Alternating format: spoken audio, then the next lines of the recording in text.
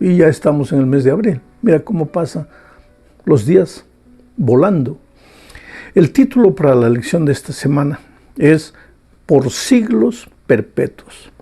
Tú sabes que el tema de todo el trimestre es la promesa, el pacto que Dios hizo con el ser humano después que el ser humano se metió en problemas por causa del pecado. Lo primero que tenemos que entender es ¿qué es el pecado? Porque la mayoría de nosotros tiene el concepto de que pecado es hacer esto, pecado es hacer lo otro, pecado es no hacer esto, no hacer aquello. Quiere decir, nosotros entendemos el pecado solamente en función de lo que hacemos o de lo que no hacemos, de lo que pensamos o sentimos o de lo que no sentimos o no pensamos. Pero eso también es pecado, porque Juan dice que el pecado es la transgresión de la ley, o sea, la desobediencia a las instrucciones divinas. Eso finalmente es el pecado. Pero en primer lugar, básicamente el pecado es rebeldía, el pecado es separación de Dios, porque ya estudiamos en las lecciones anteriores que Dios nos creó para vivir con nosotros, con el ser humano, la más linda experiencia de comunión, de amor con Él. Dios no nos creó como robots programados para obedecer, como máquinas. Dios nos creó para vivir con nosotros la más linda experiencia de amor. Infelizmente, Adán y Eva se separaron de Dios. Decidieron escoger su propio camino y ese camino era camino de muerte. Y al alejarse de Dios, lógicamente se metieron en problemas porque Dios era la fuente de la vida. Dios es la propia paz. Dios es la fuente del amor y la fuente de las bendiciones. Cuando el ser humano se separa de Dios, pues ahí se mete en problemas, porque en lugar de vida encuentra muerte. En lugar de paz encuentra guerra, encuentra problemas, dificultades. En lugar de bendiciones encuentra maldiciones. Ahora, no es que Dios te castiga porque te has ido de Él, no, sino que tú solo te has metido al territorio del enemigo. Y el enemigo, cuando entras a su territorio, te esclaviza. Y su objetivo es destruirte por completo. Pero entonces, cuando Adán y Eva se metieron en problemas, pues apareció Dios. Y les dijo, hijos, ustedes se han metido en dificultades. Ustedes lo han arruinado todo. Entonces yo voy a hacer un pacto con ustedes. Y ese pacto involucra 3 cosas. No te olvides de eso. En cualquier de los pactos que vamos a estudiar durante el trimestre, no te olvides de esas 3 cosas.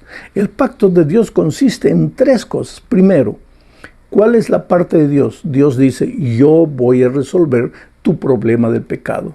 Yo te voy a ayudar. ¿Cuál es tu parte? Tú vas a andar en mis caminos, vas a seguir mis instrucciones, vas a prestar atención a mis consejos. Esa es la segunda parte, la parte del hombre. Y todo esto, ahí viene la tercera parte, es por gracia, es gratis. Tú no pagas nada, tú no mereces nada. Tú simplemente lo recibes todo por gracia. Ahora puedes preguntarte, pero cuando el ser humano sigue las instrucciones divinas, ¿no está haciendo algo? No, porque hasta eso, el hacer y el querer es por la voluntad de Dios. El caminar en las instrucciones divinas después de la entrada del pecado es resultado de lo que Dios hace en ti. Él implanta la nueva naturaleza en ti. Él te da la asistencia permanente de su Santo Espíritu para que tú aprendas a caminar con Dios. Entonces, empezamos la lección de esta semana hablando del pecado. Miren lo que sucedió. Voy a leer Génesis capítulo 5, versículos 1 y 3. Este es el libro de las generaciones de Adán. El día en que creó Dios al hombre, a semejanza de Dios lo hizo. Y vivió Adán 130 años y engendró un hijo a su semejanza, conforme a su imagen, y llamó su nombre Set. Tal vez el lector apresurado no se da cuenta de lo que está embutido en este texto. Cuando Dios creó a Adán, Adán fue creado a imagen y semejanza de Dios. Perfecto, reflejando el carácter de Dios. Pero cuando Adán engendró a Set, lo engendró a su imagen y semejanza, o sea, con el carácter ya distorcido, distorsionado, con tendencias horribles al pecado. Dios lo creó a Adán perfecto, a Eva. Ellos se separaron de Dios, comenzaron a arruinarse, a deteriorarse. La imagen de Dios se comenzó a deformar en ellos. Y cuando Adán engendra un hijo, ya ese hijo viene no más a semejanza de Dios, sino a semejanza del hombre. Y el ser humano se va degenerando, es como una fruta. Tú compras una banana bonita, medio verduzca todavía, pero si pasa un día, se vuelve amarilla, pasa otro día, más amarilla, pasa otro día, comienza a mosquearse, comienza a negrearse, y en poco tiempo ya está podrida. Así fue con el ser humano. Cuando él estaba en la presencia de Dios, cuando salió de las manos de Dios, era perfecto, pero poco a poco se fue deteriorando. Y eso es lo que vamos a leer en el siguiente texto, Génesis 6, versículos 5 y después el 11. Y vio Jehová que la maldad de los hombres era mucha en la tierra, y que todo designio de los pensamientos del corazón de ellos era de continuo solamente el mal.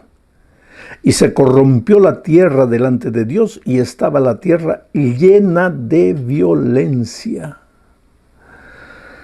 Oh, mi amigo querido, poco a poco el ser humano se fue deteriorando, hasta que llegamos al tiempo de Noé. Este texto que acabo de leer ya está hablando de los comienzos de la experiencia de Noé. ¿Qué dice? Toda la humanidad estaba deteriorada. El pensamiento solo era para el mal. Los sentimientos corrompidos. La escala de valores y de virtudes, todas de cabeza para abajo. Al mal le llamaban bien. Al bien le llamaban mal. Quiere decir, todo malogrado. Era la cultura del mal y consecuentemente la violencia, la cultura del mal, del egoísmo, del orgullo, del desamor y de la violencia. Los hombres se mataban unos con otros. Ahora, eso no llegó de un momento a otro. De Adán a Noé pasaron 1050 años. 1050 años. Un siglo y un poco más. O sea, en ese tiempo, en un siglo, la humanidad se degeneró por completo. Se deterioró. El carácter de Dios en el ser humano comenzó a desaparecer. Y esa era la realidad de la humanidad en los días de Noé. Ahora piensa un poco en la realidad de la humanidad hoy. ¿No te parece muy parecida? Que las personas a lo que es malo, porque quien determina lo que es malo y lo que es bueno no es el ser humano, no es la mayoría de la sociedad, no es por encuesta. Quien determina lo que es malo y lo que es bueno es Dios a través de sus instrucciones, de sus palabras. Nosotros los hombres tenemos libertad de escoger el bien o el mal, pero no tenemos la libertad de escoger el mal y llamarle bien. Pero hoy estamos viviendo la cultura de la humanidad prediluviana. O sea, tú puedes ver ¿a qué le llamamos nosotros la nueva cultura, la nueva moral?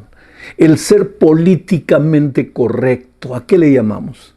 Es decir, la humanidad agarra el mal, le llama el bien y quiere que todos, quiere decir, algunos toman el bien, le llaman mal, o toman el mal y le llaman bien, y quieren que todos acepten. Porque si tú emites tu opinión, tú eres un cuadrado, tú eres contra la sociedad, tú eres contra la generación de estos días. No puede ser así.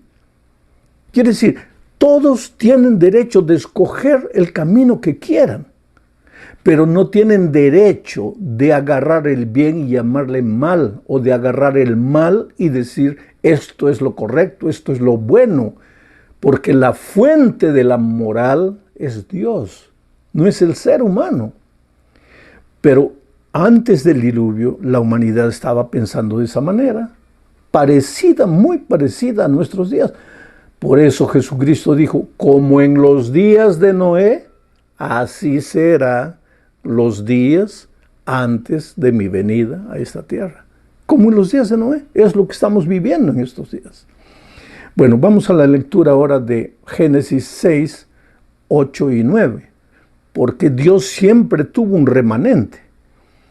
No es que toda la humanidad estaba perdida, siempre había una generación, un grupo, un remanente de gente que, a pesar de cargar su naturaleza pecaminosa, a pesar de haber nacido con tendencias, pues obedecía a Dios, trataba de andar en sus caminos, prestaba atención a Dios. Y había un hombre antes del diluvio con estas características. Génesis 6, 8 y 9 dice, pero Noé halló gracia ante los ojos de Jehová. Halló gracia, escucha la palabra gracia. Estas son las generaciones de Noé. Noé, varón justo, era perfecto en sus generaciones. Con Dios caminó Noé. Interesante, en medio de toda la humanidad deteriorada moralmente, donde los hombres escogían sus propios caminos y querían que todos aceptasen los caminos equivocados que ellos escogían, en medio de esa generación surgió un hombre llamado Noé. ¿Y qué dice el texto? Dice que Noé encontró gracia a los ojos de Dios, porque solamente por gracia eres salvo y solamente por gracia puedes andar en los caminos de Dios. Y Noé caminó con Dios, anduvo con Dios, y como resultado de no separarse de Dios, de vivir cerca de Dios, en comunión con Él, ¿cuál fue el resultado? Fue un hombre justo y perfecto en sus generaciones. Un hombre justo y perfecto. ¡Qué maravilla! Si Dios pudiera venir hoy y decirnos así, tú eres un hombre justo, tú eres una mujer perfecta. Y no es porque Noé no haya cometido errores. Noé una vez se emborrachó y quedó desnudo en la calle. Y todo el mundo se burlaba. Sus propios hijos se burlaban. Dime, ¿ese es un hombre perfecto? ¿Un hombre borracho, desnudo en la calle? ¿Ese es un hombre perfecto? Claro que no. Pero entonces, ¿cómo Dios dice que no era perfecto? Es que en el momento que él estaba borracho, se había separado de Dios. Separado de Dios ya estaba mal. La borrachera fue consecuencia. Nadie se emborracha estando al lado de Dios. Para emborracharse, primero hay que separarse de Dios. Nadie mata al estar con Dios. Para matar hay que separarse de Dios. Y Noé, en ese momento que se emborrachó y hizo todo ese escándalo, estaba separado de Dios. Pero cuando él inmediatamente se dio cuenta de su situación, volvió a Dios. Volvió a Dios y entonces caminó a lo largo de su vida con Dios. Al principio cayendo y levantando, pero caminó con Dios y encontró gracia a los ojos de Dios. Y la gracia involucra el perdón y al mismo tiempo el poder para que tú vivas una vida perfecta. Qué cosa maravillosa. Quiere decir que si Noé pudo ser perfecto, tú también puedes ser. ¿Por qué? Porque tú también puedes volver a Jesús y encontrar gracia en Él. Bueno, Dios hizo un pacto con Noé antes del diluvio. El diluvio iba a destruir toda aquella generación. ¿Por qué? El diluvio iba a destruir toda aquella generación. Ahora, ¿por qué? Yo no voy a filosofar en este momento contigo. No voy a querer entrar al pensamiento de Dios. Yo no voy a querer explicar los misterios de Dios. Pero te voy a hacer una ilustración. ¿Por qué Dios, la fuente del amor, destruyó o permitió que un diluvio acabase con la humanidad todo. ¿Por qué? Te voy a hacer la ilustración del brazo y de la gangrena. Si estás con gangrena y vas al médico, dime, ¿el médico quiere matarte o quiere salvarte? ¿Cuál es la función del médico? En estos días de pandemia, yo veo médicos llorando, enfermeros, enfermeras llorando, porque no pueden hacer más, porque no pueden curar, porque no pueden sanar a las personas que están muriendo. Yo veo al ser humano, a los médicos, a esos hombres y mujeres dedicados al cuidado de la salud, y yo los admiro realmente. Sabes, en la familia yo tengo algunos sobrinos médicos, algunas sobrinas enfermeras, yo los admiro. Y en este momento, haciendo un paréntesis en todo lo que estoy diciendo, yo mando un abrazo cariñoso a todos los médicos del mundo, no importa la raza, la generación, la religión, la región donde están, yo los admiro. Nosotros como humanidad no tendremos palabras para agradecer por lo que ustedes están haciendo. Están siendo instrumentos poderosos en las manos de Dios para llevar alivio al ser humano. Entonces vuelvo a mi ilustración. Cuando tú vas al médico con el brazo gangrenado, el médico hace todos los exámenes y llega a una conclusión. Y te dice, mira, tú has venido demasiado tarde. No podemos salvarte el brazo, pero podemos salvarte el cuerpo. Entonces, para poder salvar tu cuerpo, vamos a tener que amputar el brazo. Vamos a tener que cortar el brazo porque está todo gangrenado. Ahora, cuando el médico te hace la cirugía y te amputa el brazo, ¿es porque no te quiere? ¿Es porque te está castigando? ¿Es porque quiere que te quedes manco? No, Él quiere salvarte. Entonces, salvando las diferencias, vuelvo a la ilustración. ¿Por qué Dios permitió que el diluvio acabase con la humanidad? La humanidad estaba gangrenada. Ya, el pensamiento, levantaban de mañana pensamiento al mal, sentimiento al mal, acciones al mal. La gente llena de violencia, no querían saber nada de Dios y se arruinaban.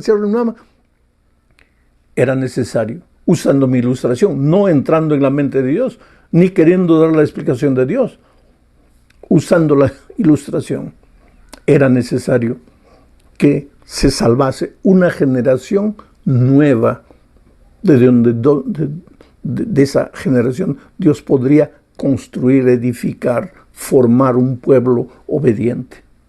Por eso Dios vino e hizo un pacto con Noé, y ese pacto está en Génesis 6:18. Vamos a leer. Dice, mas estableceré mi pacto contigo, y entrarás en el arca tú, tus hijos, tu mujer y las mujeres de tus hijos contigo. Ahí está el pacto. ¿Y dónde están los tres elementos? Dios llega y dice, yo te salvaré. El diluvio va a destruir a la humanidad, pero yo te salvaré. Tú no tienes nada que temer, no tengas miedo. Esa es mi parte, yo te salvaré. ¿Cuál es tu parte? Tú entrarás al arca. Tú, tu esposa, tus hijos. Y todos los que quieran entrarán al arca. Y todo esto por gracia. Porque no es porque tú construiste un arca que te vas a salvar. Quien te va a salvar soy yo. El arca es apenas el instrumento. Esto es como la iglesia. No es porque eres miembro de la iglesia que te vas a salvar. Dios es el que te salva. El Señor Jesucristo es el que te salva. La iglesia es como el arca, apenas un instrumento. Ahora tú imaginaste cuando Noé y su familia entraron al arca. El olor que debería haber en esa arca. Animales, porque Dios mandó también entrar animales. ¿A dónde echaban los desechos de esos animales? Todo el excremento, el olor de esos animales. ¿Tú imaginas? En un arca todos encerrados. Pero el arca era el instrumento a través del cual Dios quería salvarlos. Así también es la iglesia. Tú a veces vas a la iglesia, encuentras mal testimonio, encuentras gente chismosa, gente envidiosa, gente orgullosa, y no te atrevas a decir, me salgo. No, si tú te sales, te caes al abismo. Tienes que quedarte ahí, porque débil o imperfecta como la iglesia puede ser, es la niña de los ojos de Dios. Es el instrumento que Dios va a usar para salvarte. Bueno, vamos a la cuarta parte del estudio, y aquí vamos a hablar de la señal del arco iris. Cuando terminó el diluvio, apareció un arco iris en el cielo. Y entonces apareció Dios, y mira lo que le dijo a Noé. Génesis 9, 12 y 13.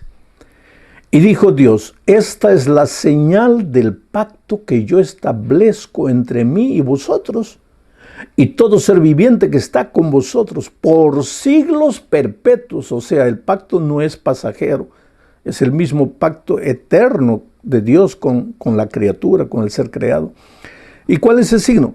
Mi arco he puesto en las nubes, el cual será por señal del pacto entre mí y la tierra. Interesante, cada vez que tú miras un arco iris, lo primero que piensas, qué prisma bonito, porque la lluvia con el sol. Y claro que hay una explicación científica para el fenómeno del arco iris. Pero el arco iris, querido, el arco iris, el primer arco iris de la historia apareció después del diluvio. Dios le mostró a Noé y a sus hijos el arco y les dijo: ahí está la señal de mi pacto, de que nunca más voy a destruir la tierra con agua. Por eso, aunque llueva, aunque haya una inundación, aunque un barrio entero sea llevado, no te asustes. La tierra, la humanidad, no será más destruida con agua. Un sector, una región tal vez por circunstancias, pero la tierra no, porque Dios hizo un pacto. Bueno, llegamos al fin de este estudio hablando de un remanente. Dios siempre tuvo un remanente. Génesis 7:23 dice: